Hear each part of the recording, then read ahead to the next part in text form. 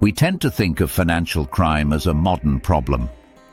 A world of Wall Street hustlers, complex digital schemes, and shadowy fraudsters. But what if I told you that the playbook for some of today's most ruthless financial tactics was written 2,000 years ago, not in a skyscraper, but right in the heart of the Roman Forum?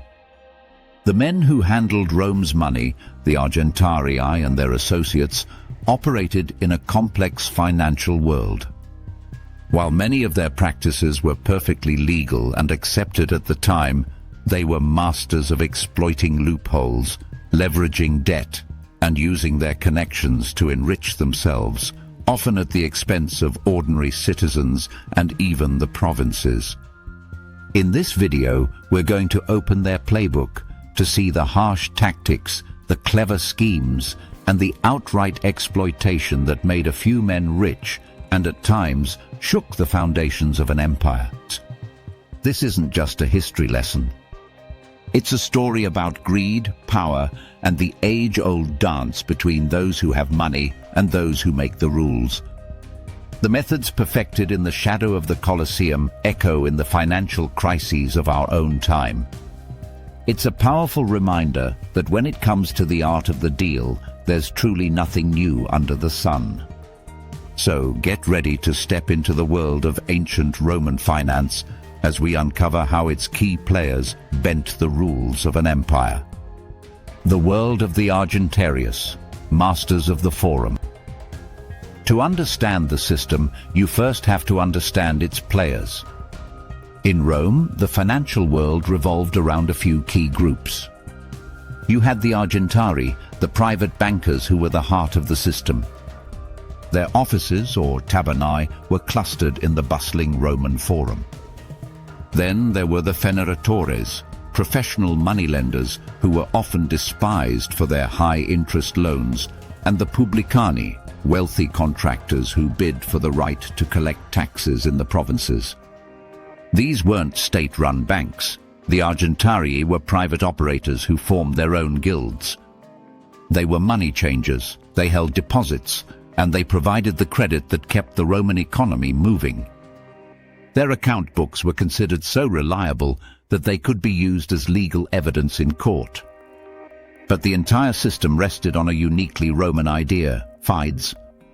Fides meant trust, good faith, and reliability. It was the social glue that held business deals together. Often loan contracts were just oral agreements made in front of witnesses. Your reputation was your bond. And this is where things get interesting. For some, fides wasn't just a virtue, it was a vulnerability. It was the key that unlocked other people's wealth, and the very thing they would learn to exploit with surgical precision. They understood that in a world built on trust, being the most ruthless person in the room could be incredibly profitable. The playbook. Tactic number 1, the predatory debt machine. The most basic business of a Roman financier was lending money, and this was where the most common forms of exploitation took root.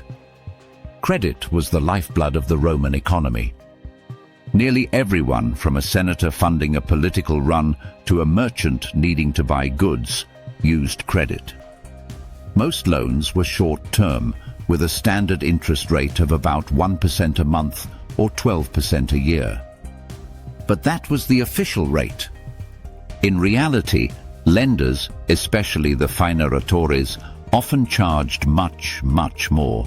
We have records of rate hitting an insane 48% or even higher. This was the ancient version of predatory lending. These financiers weren't just providing a service, they were setting debt traps. They knew a farmer having a bad harvest or a craftsman whose shop burned down had no other options. And the enforcement of these debts was brutal.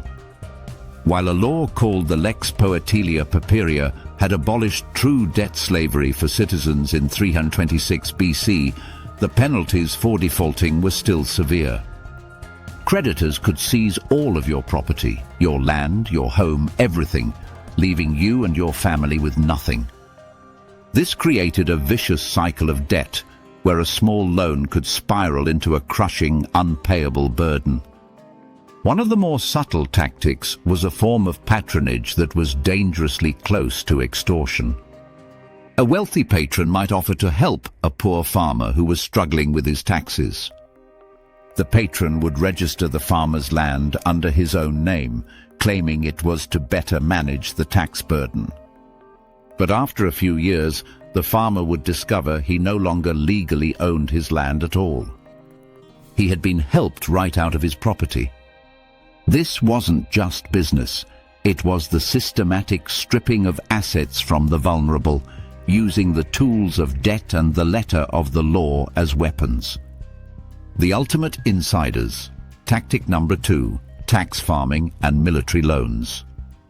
If preying on the common citizen was a moneylender's daily bread, financing the state's work was the grand banquet. This was the world of the publicani, the public contractors. These weren't government employees, but private companies, usually run by the rich equestrian class, who bid for the right to do public work, most importantly, collecting taxes in the provinces. Here's how the system worked. The publicani would pay the Roman state a lump sum for a tax contract. Then they had the right to go to a province like Sicily and collect the taxes owed. Anything they collected above what they paid the government was pure profit. This created a huge incentive for ruthless, aggressive collection that often bled provinces dry. But here's the real genius of the scheme, the double dip. When provincials couldn't pay the crushing taxes demanded by the publicani, who do you think was waiting to offer them a loan? The very same publicani, now acting as moneylenders, charging outrageous interest rates. Cicero, a famous Roman statesman, wrote about a shocking case involving Marcus Junius Brutus. Yes, the same Brutus who would later assassinate Caesar. Acting through an agent, Brutus had loaned money to the city of Salamis in Cyprus at a 48% interest rate. To enforce this debt, Brutus's agent was allowed to use Roman soldiers as muscle, even trapping the local city council in their meeting house until 5 of them starved to death. This was the ultimate insider play. The publicani created the need for loans with their brutal tax collection, and then profited again by offering those loans at predatory rates.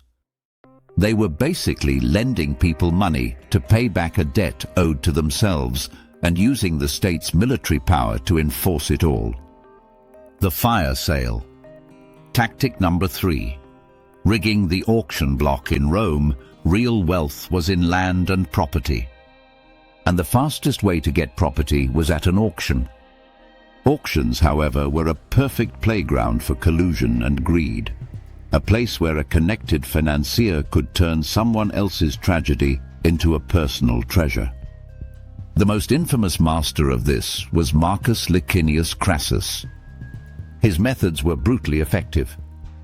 During the bloody purges of the dictator Sulla, when political enemies were outlawed and their property was confiscated, Crassus was a top buyer at the auctions, snapping up estates for a tiny fraction of their real value.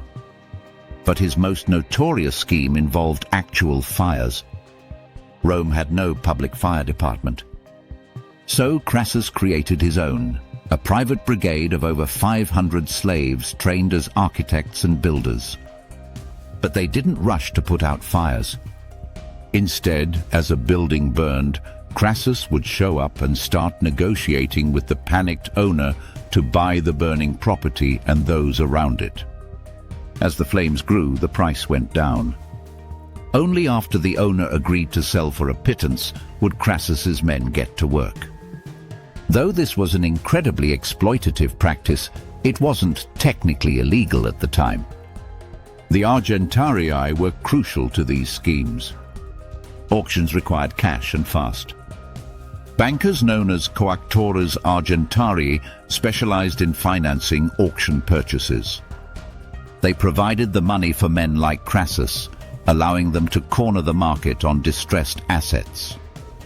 They were the middlemen who enabled the powerful to profit from misfortune, whether it was a political purge or a house fire. The ultimate heist, the crisis of 33 individual schemes could make a financier rich.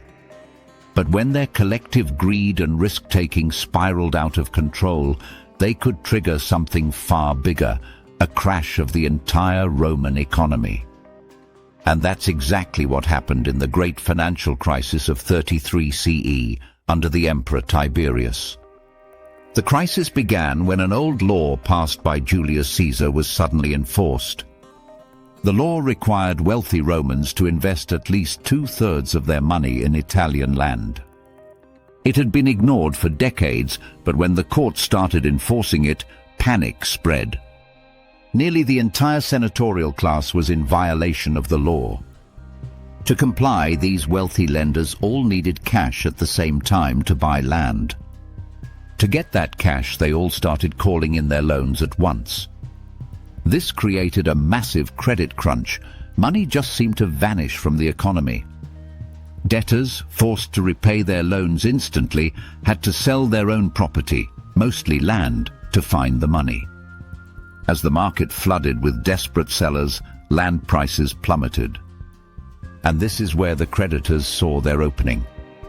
While some historians attribute their actions to a coordinated plot, others see it as simple opportunism. Either way, the creditors paused on calling in more loans and just waited. They watched the prices collapse, ready to sweep in and buy up devalued land for pennies on the dollar. The result was a catastrophic economic collapse. The historian Tacitus said, "A great shock being given to all credit. Many were utterly ruined. Banks failed, and the economy ground to a halt." The crisis got so bad that the emperor himself had to step in. Tiberius, known for being frugal, was forced to execute what might be the world's first ever quantitative easing.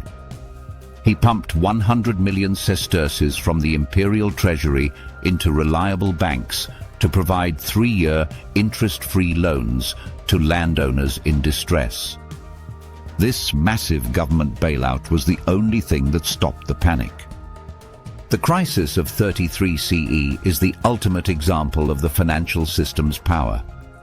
It shows how the actions of a wealthy few, driven by greed and a desire to exploit a legal loophole, could threaten the stability of the entire Roman Empire.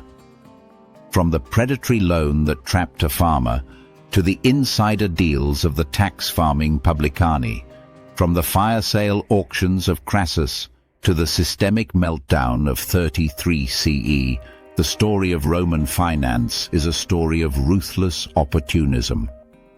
The Argentari, Faeneratores and Publicani were masters of financial leverage who operated in the legal and ethical grey areas of their time. They weaponized debt, exploited legal systems, and used political connections to build fortunes. They showed how easily fides, trust, could be turned into a weakness, and how private greed could lead to public disaster. The world they operated in, with its complex credit, its booms and busts, and its spectacular financial crises, feels eerily familiar.